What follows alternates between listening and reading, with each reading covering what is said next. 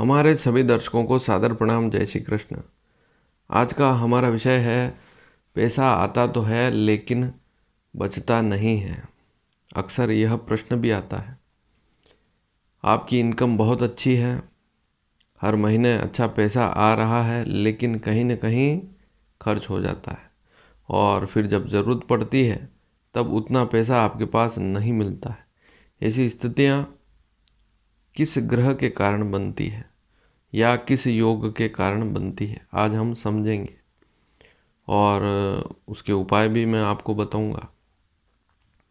हमारी जो कुंडली है, आप में से बहुत से लोग जानते हैं कि खर्च का भाव कौन सा होता है कुंडली में, और बहुत से लोग नहीं जानते हैं। तो मैं बता दूं कि यहाँ पर आप कुंडली देखें और कुंडली में 12वां भाव जो है, कुंडली का 12वां भाव, यह खर्च का भाव है और यहाँ से व्यय की स्थिति देखी जाती है। वैसे तो हर भाव का 12वां भाव होता है। जैसे लग्न का 12वां भाव है, 12th हाउस है। लग्न से 12 बार गिनेंगे तो 12th हाउस जो है 12वां भाव 12वां पड़ेगा। यदि हम नवम भाव को देखें, भाग्य स्थान को देखें, तो उसका व्यय स्थान कौन सा है? अष्टम भाव। 7वां भाव पत्नी का भाव है। पत्नी को भी रोग है, कष्ट है, या पत्नी का सुख नहीं मिल पा रहा है, तो उसका 12वां भाव कौन सा होता है? छठा भाव, 7वें से ठीक पहले वाला भाव। संतान बार बार होती है, कोई न कोई समस्या हो जाती है, नष्ट हो जाती है गर्भ में ही, तो उसके लिए हम देखते हैं चौथे भाव को, क्योंकि 5वां भाव संतान का भाव है और उससे ठीक एक भाव पहला, चौथा भाव, वह 12वां पड़ेगा।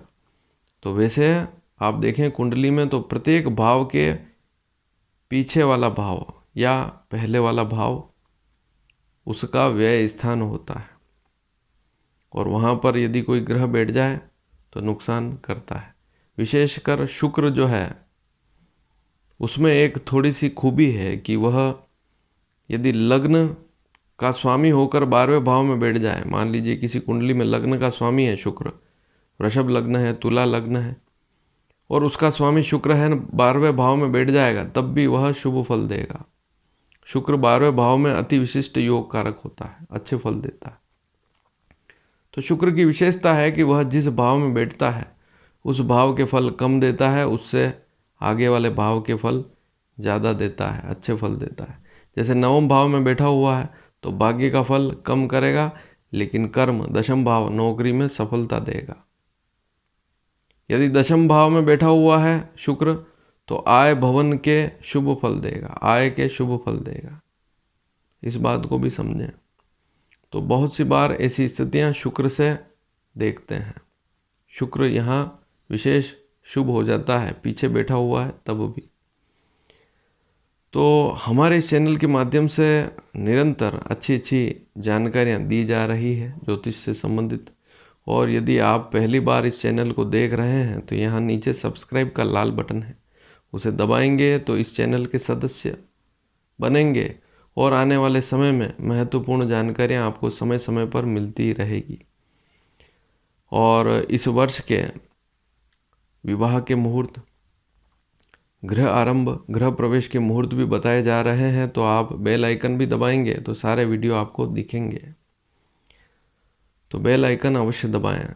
तो व्यय का भाव, वैसे कुंडली में जो खर्च है, पैसा खर्च होता है, उसका भाव है 12वां भाव, और 12वें भाव का स्वामी, खर्च भाव का स्वामी यदि दूसरे भाव में बैठ जाए, दूसरा भाव है धन का भाव, जमा पूंजी का भाव, तो यहाँ पर नुकसान होता है, खर्च अधिक होता है। और बहुत सी बार हम देखते हैं कि दूसरे भाव का स्वामी भी यदि 12वें भाव में बैठा हुआ है तो यह सबसे बुरी स्थिति होती है। ऐसी स्थिति में व्यक्ति के पास पैसा आता है लेकिन बचता नहीं, या बहुत सी बार हमने देखा है कि पैसा आता ही नहीं। एक स्थिति और है कि कुंडली में जो 11वां भाव है, यह आय का भाव है, सोर्स ऑफ इनकम का भाव है, और आय भवन का स्वामी यदि 12वें भाव में बैठ जाए तब भी व्यक्ति के काम तो बड़े बड़े होते हैं, बड़े बड़े काम करेगा, बड़े बड़े प्रोजेक्ट लेगा, खुद का व्यापार करेगा तभी बड़े बड़े प्रोजेक्ट लेगा, उसके बाद भी पैसा जितनी मात्रा में उसके पास आना चाहिए नहीं आ पाता है। इस बात को भी समझें। हाँ, यदि 11वें भाव का स्वामी 12वें भाव में मित्र राशि पर बैठा हुआ तब थोड़ी बहुत सफलता मिल जाती है। एक नियम और है कुंडली में, कोई भी ग्रह कुंडली में कोई भी ग्रह कहीं पर भी बैठा हुआ है, मान लीजिए गुरु कुंडली में उच्च का बैठा हुआ है। अब आप सभी जानते हैं कि गुरु कर्क राशि पर उच्च का होता है, बहुत से लोग नहीं जानते हैं। 4 नंबर अंक पर यदि गुरु बैठा हुआ है तो उच्च का होता है। लेकिन यदि कुंडली में चंद्रमा अच्छी स्थिति में नहीं है, कुंडली में चंद्रमा 6, 8, 12वें भाव में बैठ गया तो उस गुरु के उच्च फल नहीं मिल पाते हैं। इस बात को भी समझे, यह भी ज्योतिष का नियम है। पंचम भाव बुद्धि का भाव है, व्यक्ति यहीं से बुद्धि लगाता है, सोचता है, अच्छे काम भी यहीं से करता है, और कहीं उल्टी बुद्धि हो जाए, उल्टे सीधे काम करे तब भी पंचम भाव से ही देखा जाता है। यदि 12वें भाव का स्वामी पंचम भाव में बैठ जाए या पंचम का स्वामी 12वें भाव में बैठ जाए तब भी व्यक्ति कहीं न कहीं उल्टे सीधे काम करेगा, उल्टा सीधा खर्च करेगा और फिर नुकसान भोगेगा।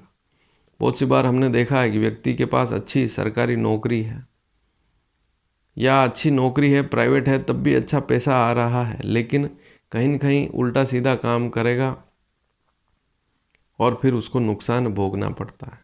जमा पूंजी बहुत सारी उसकी फालतू कामों में चली जाती है, फालतू खर्च हो जाते हैं, या कोई साइड बिजनेस शुरू कर लेता है। व्यक्ति की इच्छाएं होती है कुछ ना कुछ करूं, पैसा आता है तो दिमाग और ज़्यादा चलता है, और फिर कहीं उल्टा दिमाग चल गया तो फिर जितना भी कमाया सारा एक बार में खर्च हो जाता है। तो हमें ऐसी स्थिति में दशाएं भी देखनी पड़ती है। मैं हमेशा बताता हूँ कि लग्न का स्वामी कौन सा ग्रह है देखें आप कुंडली में, पंचम का स्वामी कौन सा ग्रह है और नवम का स्वामी कौन सा ग्रह है। यदि इनकी भविष्य में दशा आने वाली है तब तो आप हाथ खोल कर खर्च करें, सफल होंगे। लेकिन यदि भविष्य में उल्टी सीधी दशा है, बुरे ग्रहों की दशा आने वाली है और अभी से ही आप ज़्यादा खर्च करेंगे तो आपको सफलता नहीं मिल पाएगी। इस बात को भी समझें। तो सबसे पहला उपाय तो यही है कि आप अपनी दशाएं देखें। भविष्य में, निकट भविष्य में लग्न के स्वामी, पंचम के स्वामी, नवम के स्वामी को देखें, इनकी दशाएं नहीं है तो आपको पैसा सोच विचार कर ही खर्च करना होगा। सबसे पहला उपाय यही उपाय है, बचना ही सबसे बड़ा उपाय। फिर आप दिन रात माला घुमाएंगे तो उससे कुछ नहीं होने वाला।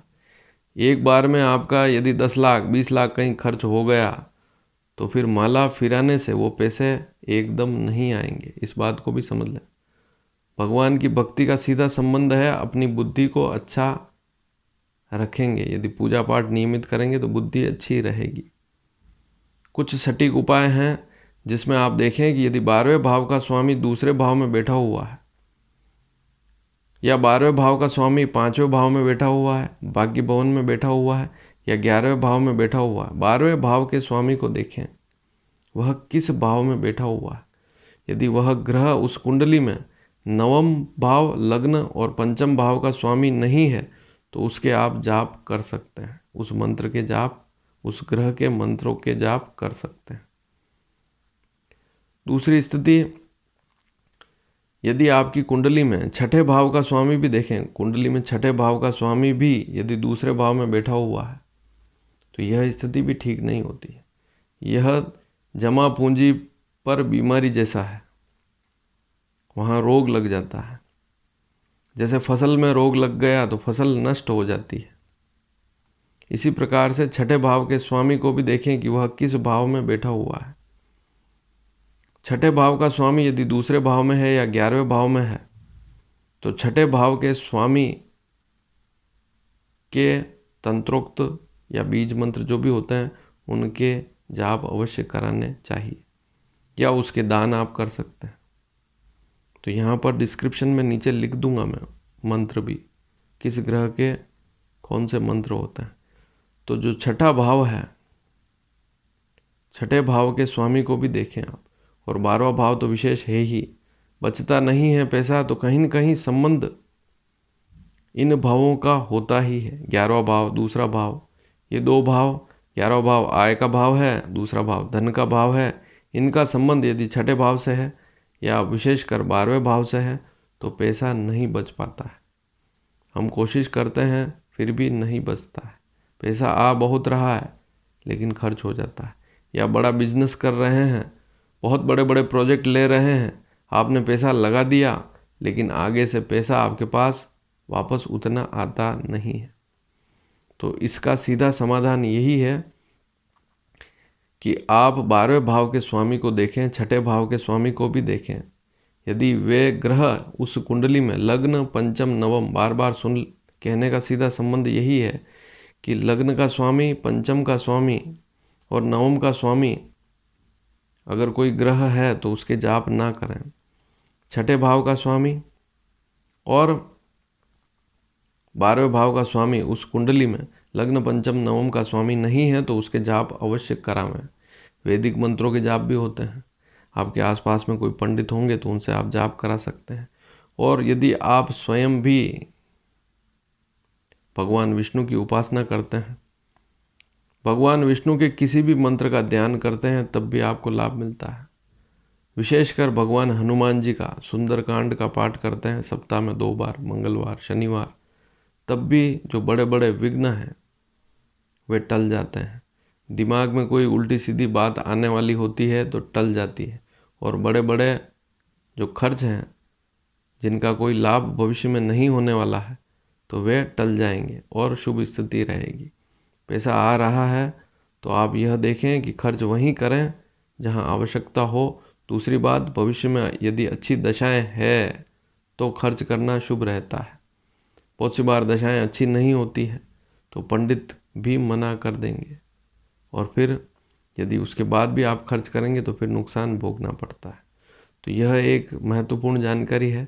12वें भाव का संबंध जो है दूसरे भाव से है, विशेषकर 11वें भाव से है, तो वहाँ पर भी व्यक्ति के पास जितनी मात्रा में पैसा आना चाहिए नहीं आ पाता।